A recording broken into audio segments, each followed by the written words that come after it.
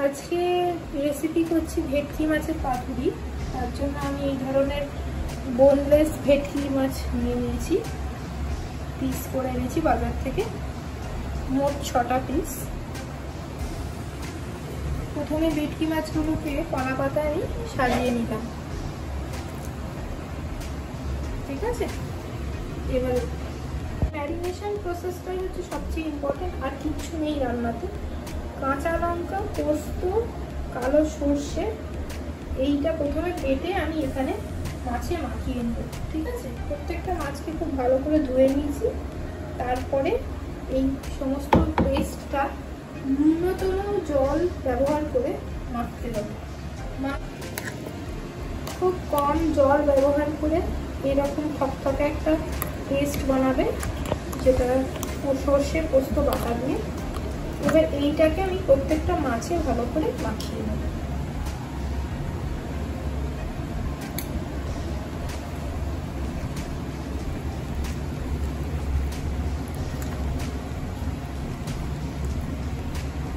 এরকম হবে, ঠিক আছে। এই যে প্রত্যেকটা মাছ আমার মাখানো হয়ে গেছে, ঠিক আছে। এটা কিছুক্ষণের জন্য ম্যারিনেট করে রাখছি। আর এর মধ্যে আমি দিচ্ছি কাঁচা তেল, ঠিক আছে।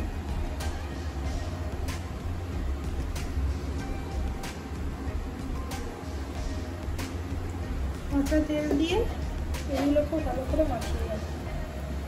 হলুদটা আমি মশলা করার সময় দিয়ে নিয়েছিলাম। পাতুরির মেন হচ্ছে ম্যারিনেশন, ম্যারিনেশনটাই মেন।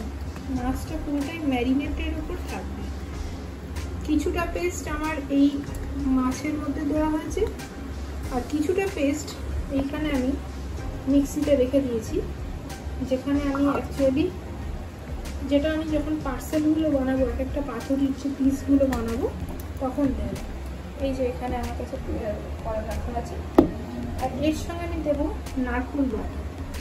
এটা ক্লাসিক যদি কেউ তোমরা এবার এর মধ্যে আমি দিচ্ছি গন্ধরাজ লেবু নির্যাস, মানে রস। লেবু দিলে মাছের যে আষ্টে গন্ধটা সেটা চলে যাবে। আর গন্ধরাজ লেবুর পাতাও অনেকে দিতে পারো যদি কারো বাড়ি গাছ থাকে। বাজারে এখন খুব একটা পাওয়া যাচ্ছে না, লেবুর আকার করে আছে। এইবারেতে রসটা দেওয়া হয়ে গেল। এবার আমি আস্তে আস্তে করে প্রিপেয়ার করে নেবো আমার এক একটা করে পাতুরির পার্সেল, ঠিক আছে। হ্যাঁ, এবার এই নারকেলটা আমি তোমাদের দেখাইনি। এবার এটা আমি পেস্ট করে এটার কিন্তু আমি রসটা বের করবো। নারকেলের যে দুধ সেটাই হচ্ছে কিন্তু যাবে। এমনি নারকেলের যেই ছিবড়ে জিনিসটা, এটা কিন্তু যাবে না, যাবে হচ্ছে এই নারকেলের রসটা, নারকেলের যে মিল্ক, কোকোনাট মিল্ক, এটা দিয়ে হয়ে গেল। এবার এবার আমি এগুলোকে পার্সেল করে নেবো। আচ্ছা, এইগুলোকে আমি ভালো করে মিশিয়ে নিচ্ছি। আচ্ছা, বেশিক্ষণ এই যে কাঁচা সর্ষে বাটা, পোস্ত বাটা, এগুলোকে বেশিক্ষণ রাখা যাবে না। যত তাড়াতাড়ি এটা সম্ভব এটাকে রান্না করে ফেলতে হবে, নাহলে কিন্তু এমনিতেই শীতকালের ব্যাপারটা আলাদা, কিন্তু এই কাঁচা সর্ষে পোস্ত বাটা এইগুলো কিন্তু তাড়াতাড়ি খারাপ হয়ে যায়। এগুলোকে যত তাড়াতাড়ি সম্ভব রান্না করে ফেলতে হবে। আর এগুলো আর সামান্য নুন দেবেন, কারণ কি নুনটা বেশি হয়ে গেলে, এটা তো একদম ড্রাই আইটেম, বেশি হয়ে গেলে কিন্তু নুন কাটা হয়ে গেলে খাওয়া যাবে না। ব্যাস, এবার এগুলো রেডি। এবার এগুলো আমি একটা করে এইভাবে আমি কিছুটা পেস্ট এখানে নিয়ে নিলাম। এবার এরকম করে আস্তে করে স্প্রেড করে দেবো। এরকম একটা পিস আমি এখান থেকে তুলছি, সেটাকে নিয়ে এইভাবে রাখবো, ঠিক আছে। এইখানে যে ম্যারিনেট করা আমার যে অলরেডি যে ম্যারিনেট করা মশলাটা রয়েছে, সেটার থেকে আমি কিছুটা করে মশলা এটার উপর দিয়ে দিচ্ছি।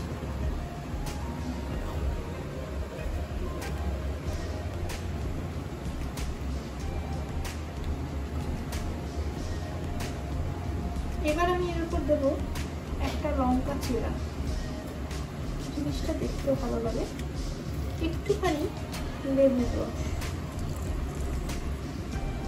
আর একটুখানি কাঁচা তেল,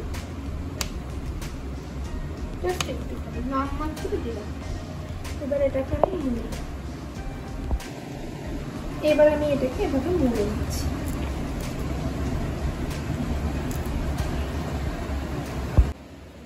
এইবার আমার প্রত্যেকটা এই পাতুরির রেসিপির জন্য রেডি। পার্সেলগুলো ভালো করে দেখে নাও, ভালো করে এগুলো বন্ধ করেছি না, এখানে একটুখানি মশলা বেরিয়ে গেছে। এবার এটা আমি ভাপাতে বসাবো।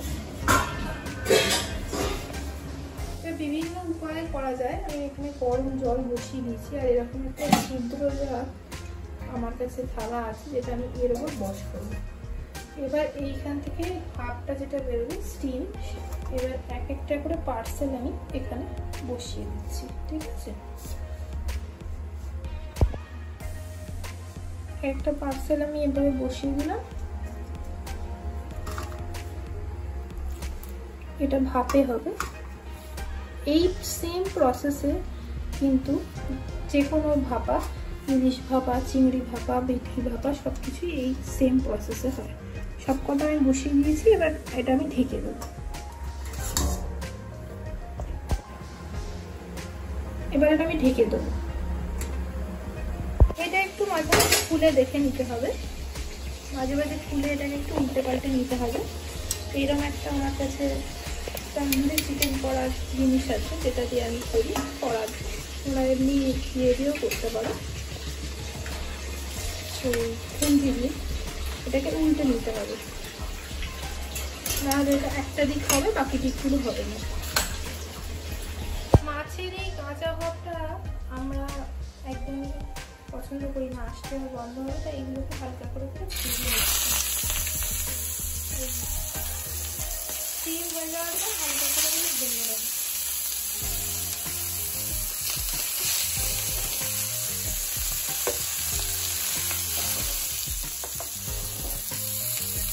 এগুলোকে একটু উল্টে পাল্টে দিতে হবে, এভাবে ভাবে কেটে দিতে হবে, তাহলে মশলাটা একটু বসতে পারছে। আগে আমি 3টে করে রেখেছি, দেখে নাও।